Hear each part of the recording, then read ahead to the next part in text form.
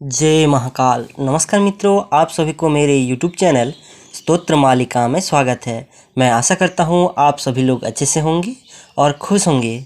चलो दोस्तों, आज की इस वीडियो में माँ कामाक्षा कवच साधना के विषय में जानेंगे। दोस्तों, देवी कामाक्षा हिंदू धर्म की एक प्रसिद्ध तथा तंत्र विद्या की अधिष्ठात्री देवी मानी गई है। देवी कामाक्षा एक तांत्रिक देवी है और तांत्रिक सिद्धियों को प्राप्त करने के लिए अधिकतर तांत्रिक लोग इनकी आराधना करते हैं। दोस्तों, कामाक्षा कवच का नियमित पाठ करने से धन से जुड़ी सभी परेशानियां खत्म हो जाती है तथा साधक के अंदर एक सम्मोहिनी शक्ति की संचार हो जाती है, जिसके परिणाम स्वरूप सभी साधक की ओर आकर्षित हो जाते हैं। खासकर इनकी आराधना करने से अगर पुरुष है तो स्त्री को अपने ओर आकर्षित करने की शक्ति आ जाती है, और अगर स्त्री इस कवच का पाठ करे तो पुरुष को आकर्षित करने की शक्ति उसमें आ जाती है। जिन लोगों में काम शक्ति कमज़ोर है, यानी जो लोग अपने पत्नी को संतुष्ट नहीं कर पाते, अगर वह लोग इस कवच को सिद्ध कर ले तो उनके अंदर काम शक्ति में प्रबलता आ जाती है। दोस्तों, जो लोग माँ कामाक्षा कवच के नियमित पाठ करते हैं उनके ऊपर किसी भी तांत्रिक विद्या का कोई असर नहीं होता। भूत, प्रेत, डाकिनी, शाकिनी जैसी कोई भी नेगेटिव शक्ति साधक का कुछ अनिष्ट नहीं कर पाते हैं। इस कवच का पाठ करने वाला साधक अगर मंत्र तंत्र का जानकार ना भी हो, तब भी अगर वो किसी को फल या भभूत देकर कहे कि जाओ माँ कामाक्षा के आशीर्वाद से तुम्हारा फला काम बन जाएगा, तो उस साधक का वचन कभी खाली नहीं जाता और माँ के आशीर्वाद से दूसरे का काम भी बन जाता है। दोस्तों, भगवान शिव जी के द्वारा वर्णित माँ कामाक्षा कवच के फायदे अनगिनत हैं। तो चलिए दोस्तों, कामाक्षा कवच साधना के विषय में जानते हैं। दोस्तों, इस स्तोत्र की पाठ रात्रि काल में करना सबसे उत्तम होता है। इसे किसी भी कृष्ण पक्ष के नवमी, पूर्णिमा, शुक्ल चतुर्दशी, नवरात्रि या गुप्त नवरात्रि अथवा किसी भी महीने के शुक्ल पक्ष के शुक्रवार की रात्रि को पाठ करना अति शुभ फलदायी माना गया है। दोस्तों, माँ कामाक्षा के पूजन में सभी वस्तुएं लाल रंग की अर्पित किए जाती हैं, जैसे लाल चुनरी, लाल चूड़ी, लाल बिंदी, लाल सिंदूर, रक्त चंदन, गुड़हल के पुष्प आदि। सबसे पहले रात्रि काल में स्नान कर लाल वस्त्र को धारण करें। तत्पश्चात अपने पूजन कक्ष में लाल आसन बिछाकर उस पर बैठ जाएं। तत्पश्चात एक बिना छिले नारियल को लाल चुनरी में लपेटकर उसे माँ कामाक्षा का स्वरूप मानकर स्थापना कर दें। फिर तिल के तेल का एक दीपक प्रज्वलित करें। उसके पश्चात अगरबत्ती, नारियल, धूप, चंदन, सिंदूर, गुड़हल के पुष्प अर्पित कर गुड़ से बना खीर का भोग अर्पित करें। तत्पश्चात कामाक्षा कवच का पाठ आरंभ करें।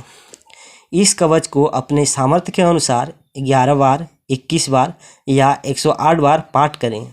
तो चलिए दोस्तों, कामाक्षा ध्यान के विषय में जानते हैं।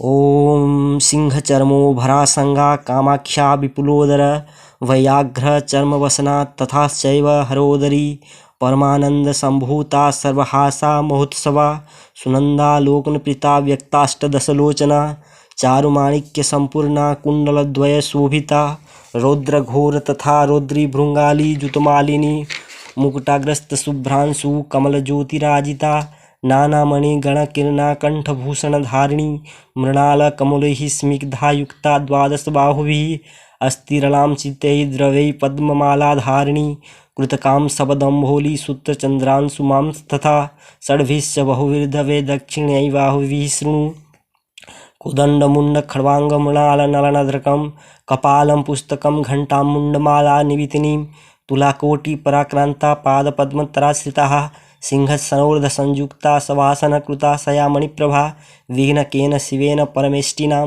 नवकेशन संश्लिष्टा कामाक्षा परमेश्वरी। तो चलिए दोस्तों, अब कामाक्षा कवच के विषय में जानते हैं।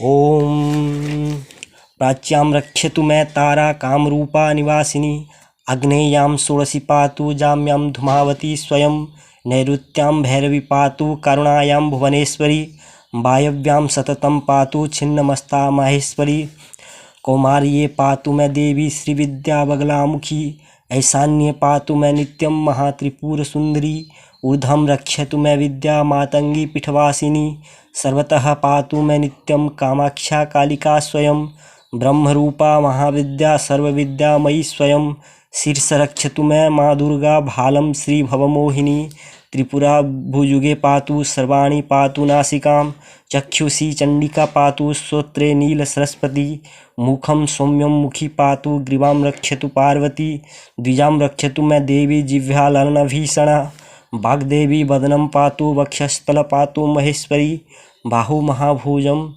पातु करांगुली सुरेश्वरी पृष्ठतः पातु भीमास्या कटियां देवी दिगंबरी उदरां पातु मे नित्यं महाविद्या महोदरी उग्रतारा महादेवी जंघोर परिरक्षतु गुदं मुस्कं च मेढं च नाभि च सूर्यसुंदरी पादांगुलिः सदा पातु भवानी त्रिदशेश्वरी रक्तमांसास्की मंजादिन पातु देवी सवासना महाभयेषु घोरेषु महाभय निवारिणी पातु देवी महामाया कामाक्षा पीठवासिनी भस्माचल गतां दिव्यं सिंहासन कृताशया पातु श्री कालिका देवी सर्वोत्पातेषु सर्वदा रक्षाहीनं तु यत्स्थाने कवचं नापि वर्जितं तत्स्थाने सर्वदा पातु रक्षणिकारिणी। दोस्तों, कवच इस प्रकार से है। जय महाकाल।